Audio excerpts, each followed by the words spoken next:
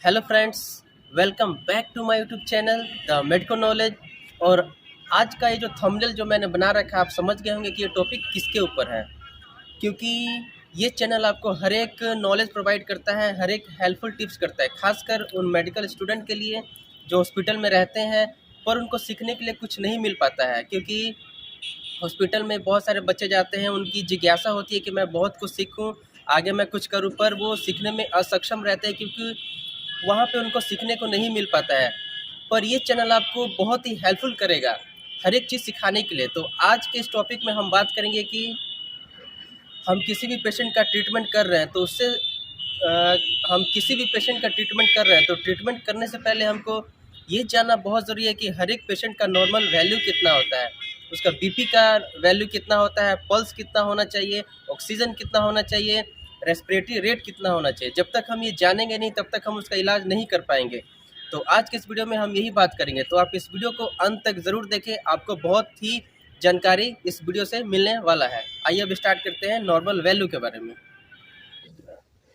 ये जो आप देख रहे हैं स्क्रीन पे, ये क्या है? बॉडी का एक नॉर्मल वैल्यू है, ठीक है, बॉडी का एक नॉर्मल मेजरमेंट है। पर मैं आपको बता दूं कि आपको इसमें कन्फ्यूज़न नहीं होना है, क्योंकि ये जब कोई पेशेंट है, कोई व्यक्ति है, जब कोई काम करता है, मेहनत करता है, दौड़ के आता है, तो उसका ये मेजरमेंट क्या होता है, वैल्यू क्या होता है, अप डाउन करता है, ठीक है। तो आपको इसमें कन्फ्यूज़न नहीं होना है।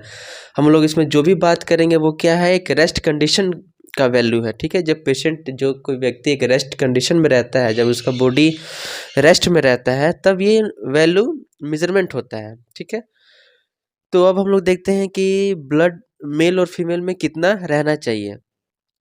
तो मेल में 5 से 6 लीटर तक रहना चाहिए और फीमेल में 4.5 से 5.5 लीटर तक रहना चाहिए। ये ब्लड का नॉर्मल रेंज है, कितना एक हेल्दी पर्सन में रहना ही चाहिए। और जो ब्लड का पीएच होता है वो कितना होता है, 7.35 से लेकर 7.45 तक, जिसे स्लाइटली अल्कलाइन कहते हैं। अगर आपसे पूछे कि ब्लड अल्कलाइन होता है कि बेसिक होता है कि न्यूट्रल होता है, तो आपको क्या बताना है कि ब्लड क्या होता है, स्लाइटली अल्कलाइन होता है, जिसका पीएच वैल्यू कितना होता है, 7.35 या 7.45। और हेमोग्लोबिन कितना रहना चाहिए, तो मेल में 13.5 ग्राम से लेकर 17.5 ग्राम पर डेसीलीटर और फीमेल में 12.5 ग्राम से लेके 15.5 ग्राम पर डेसीलीटर। ये एक नॉर्मल वैल्यू है एक हेल्दी पर्सन में। पर जब कोई पेशेंट अपना कोई डिजीज़ बताता है या उसको चोट लगता है, जैसे ब्लीडिंग हो रहा हो, काफ़ी ज़्यादा हेमरेज हो रहा हो, यानी शरीर से काफ़ी ज़्यादा खून निकल रहा हो, या उसको वीकनेस हो, तो हेमोग्लोबिन का जो रेंज होता है, क्या होता है, पेशेंट में वो कम होना चालू हो जाता है। तो हम कह सकते हैं कि इस पेशेंट को वीकनेस है।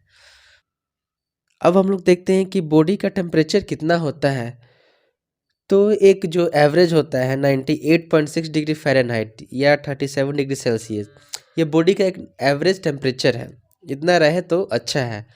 पर अगर 97.5 से लेके 99 डिग्री फ़ारेनहाइट तक भी है तो टेम्परेचर उसका ठीक है, बढ़ा नहीं है या कम नहीं है।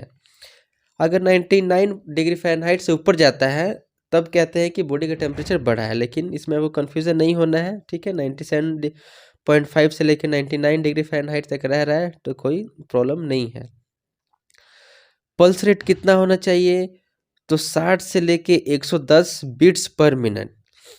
और हार्ट रेट कितना होना चाहिए, वो भी 60 से लेके 110 बीट्स पर मिनट। क्योंकि पल्स रेट और हार्ट रेट एक ही होता है, अंतर नहीं होता। जितना पल्स रेट होता है उतना हार्ट रेट भी होता है। पर एवरेज कितना माना जाता है, तो 72 बीट्स पर मिनट। ये एक हेल्दी पर्सन का एवरेज पल्स रेट है, एवरेज हार्ट रेट है। रेस्पिरेटरी रेट नॉर्मल कितना होना चाहिए, तो 12 से लेकर 20 ब्रेथ्स पर मिनट। यानी जब कोई व्यक्ति 12 बार से लेकर 20 बार सांस लेता है, छोड़ता है 1 मिनट में, तो एक नॉर्मल रेट है किसका, रेस्पिरेटरी का। और एवरेज कितना माना जाता है, तो 18। यानी जब कोई व्यक्ति 1 मिनट में 20 से ज़्यादा सांस लेता है, छोड़ता है, इसका मतलब अलर्ट होना है, आपको डॉक्टर से ज़रूर दिखाना है, क्योंकि उसको कोई ना कोई चेस्ट में दिक्कत है, तभी उसको सांस लेने में दिक्कत हो रहा है, तभी वो बार बार सांस ले रहा है। अब हम लोग देखते हैं कि ब्लड प्रेशर कितना होता है। तो इसमें बहुत सारे पेशेंट को स्टूडेंट्स को कन्फ्यूज़न रहता है कि कितना होना चाहिए, कहाँ से कहाँ तक नॉर्मल माना जाता है। तो इसको आप ध्यान से देखें। तो हम जो ब्लड प्रेशर मेज़र करते हैं वो सिस्टोलिक और डायस्टोलिक उसमें देखते हैं, जिसे नॉर्मल भाषा में ऊपर वाला और नीचे वाला लोग कह देते हैं। तो सिस्टोलिक कितना होना चाहिए? तो कम से कम 100 से लेके ज़्यादा से ज़्यादा 140 तक, और डायस्टोलिक तो कम से कम 60 से लेके ज़्यादा से ज़्यादा 100 तक। अगर इतना है तो ब्लड प्रेशर ठीक है। अगर 100 और 60 से कम है जो बीपी है तो अलर्ट होना है, और 140 और 100 से ज़्यादा है तो भी आपको अलर्ट रहना है, आपको डॉक्टर से ज़रूर दिखाना है, ठीक है। क्योंकि इसका एवरेज कितना माना जाता है? 120/80, ये नॉर्मल ब्लड प्रेशर एवरेज माना जाता है। पर अगर 140-100 से ऊपर जाता है तो भी आपको डॉक्टर से परामर्श ज़रूर लेना है, या आपका बीपी कम है 100/60 से कम है तो भी आपको डॉक्टर से परामर्श ज़रूर लेना है। अब हम लोग देखते हैं कि ब्लड शुगर कितना होना चाहिए। तो ब्लड शुगर हम लोग 2 मेज़र करते हैं, एक फास्टिंग और एक पीपी। तो पीपी क्या होता है? पोस्ट प्रेंडियल, जिसका मतलब होता है कि खाने के बाद। तो पोस्ट मतलब क्या होता है? आफ्टर यानी बाद में। प्रेंडियल मतलब क्या होता है? मील टाइम यानी खाने के। तो पोस्ट प्रेंडियल क्या होता है? खाने के 2 घंटे बाद। तो फास्टिंग का जो वैल्यू होता है वो कितना होता है? 70 से 100 होना चाहिए। और जो पीपी जिसको पोस्ट प्रेंडियल कहा जाता है, इसे 2 घंटे बाद, खाने के 2 घंटे बाद मेज़र किया जाता है। तो ये कितना होना चाहिए? 70 से 140 तक। ये एक नॉर्मल है।